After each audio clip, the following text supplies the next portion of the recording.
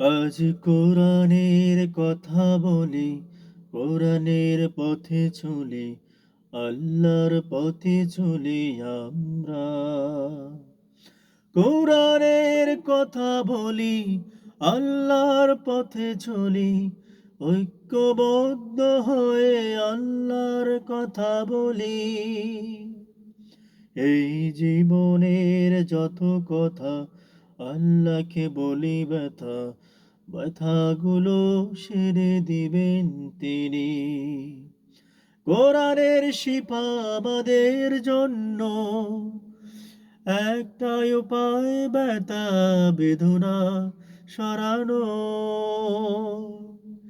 তৃপ্তি যদি চাও ফিরে এসো কোরআনে, তৃপ্তি যদি চাও ফিরে এসো কোরআনের কথা বলো, কোরআনের পথে চলো, কোরআন তেলাওয়াত করো।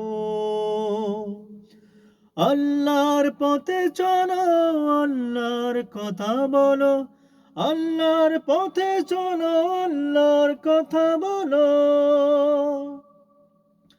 এসো কোরআনের কথা বলি, আল্লাহর পথে চলি, ব্যথা বেদনার আল্লাহকে কথা বলি। এই সুখে জীবনের যত চাওয়া পাওয়া, সব কিছু বলি আল্লাহকে, আল্লাহকে বলি, আল্লাহর পথে চলি, ব্যথা বেদনা দুঃখগুলো সব কিছু চলে যাবে।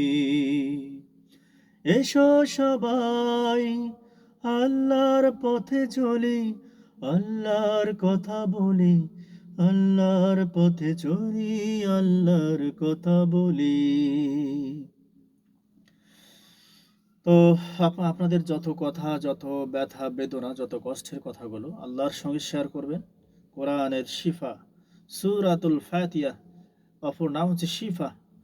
এই কোরআনের শিপার চেয়ে আর কিসের শিপা হতে পারে, এটা আমার জানা ছিল না। এই জন্য আপনাকে অবশ্যই কি করতে হবে, আল্লাহর কথা, কোরআনের কথাগুলো শিফা মরে অন্তরে গেঁথে নিতে হবে এবং আল্লাহর পথে চলতে হবে।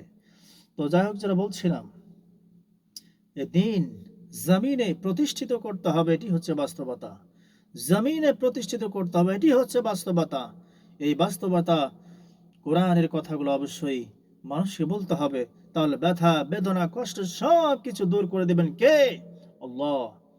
তো যাই হোক, বলছিলাম এই মুহূর্তে যে কথাগুলো বললাম তাৎক্ষণিকভাবে যা মনে হয়েছে আমি আপনাদেরকে গিয়ে শোনালাম, সুরে সুরে বলার চেষ্টা করলাম, আল্লাহর কথাগুলো বললাম। তো আল্লাহ সুবহানাহু ওয়া তাআলা আপনাদের সকলকে ভালো রাখুক। আসসালামু আলাইকুম ওয়া রাহমাতুল্লাহি ওয়া বারাকাতুহু।